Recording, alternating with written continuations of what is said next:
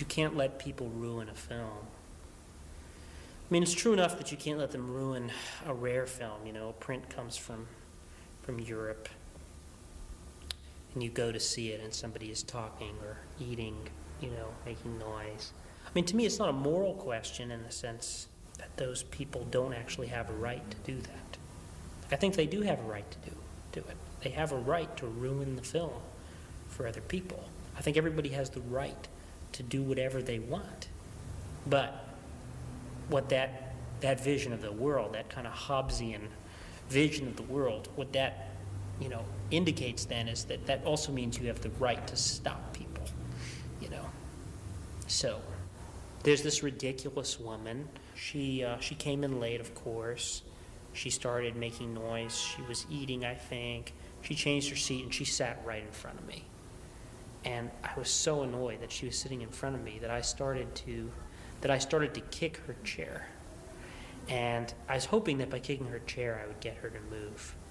And she turned to me and she said, stop kicking the chair. And I said, well, next time, why don't you get here on time? And so she said, what does that have to do with anything?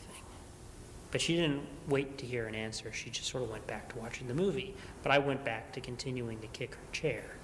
And then she got up, and now she was actually stood up and was really obstructing my view, you know. So I knocked her down. And unfortunately, you know, she seemed to hurt herself really badly. I mean, I wasn't intending to hurt her really badly. I mean, I did knock her down with a certain amount of force, you know, and I knew I was angry and that she sounded like she was in terrible pain.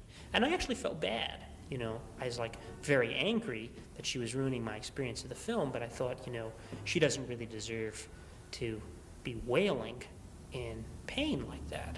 But of course, her pain was not enough for me to get up and do anything about it. You know, I wasn't going to get up and apologize. I wasn't going to help carry her out into the lobby, because then I would be missing the film, you know. And really, it is true that, you know, I mean, you know, if somebody were having a heart attack, or, you know, it's a strange thing to admit, you know, but really, I mean, it would be very hard for me to, you know, to feel any sense of moral compunction, you know, about, you know, what to do for another human being, you know, who was in trouble during the movie, if it meant missing the film in order to help them, you know, so you know, I just let her lie there.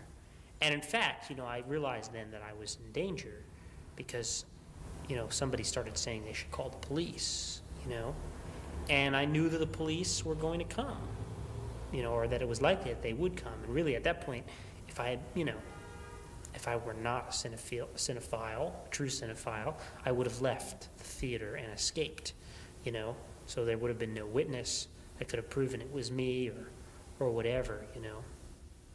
But instead, I waited until the end of the film, and of course the police were there to arrest me immediately after, and that's what happened, you know. What's great is that I'm probably the only person who like handed in photos that made me look like a serial killer, you know, for my little New York Film Festival passes, like that. That looks like a serial killer, right? God. It's funny, isn't it? These are probably from the early 90s, I would think.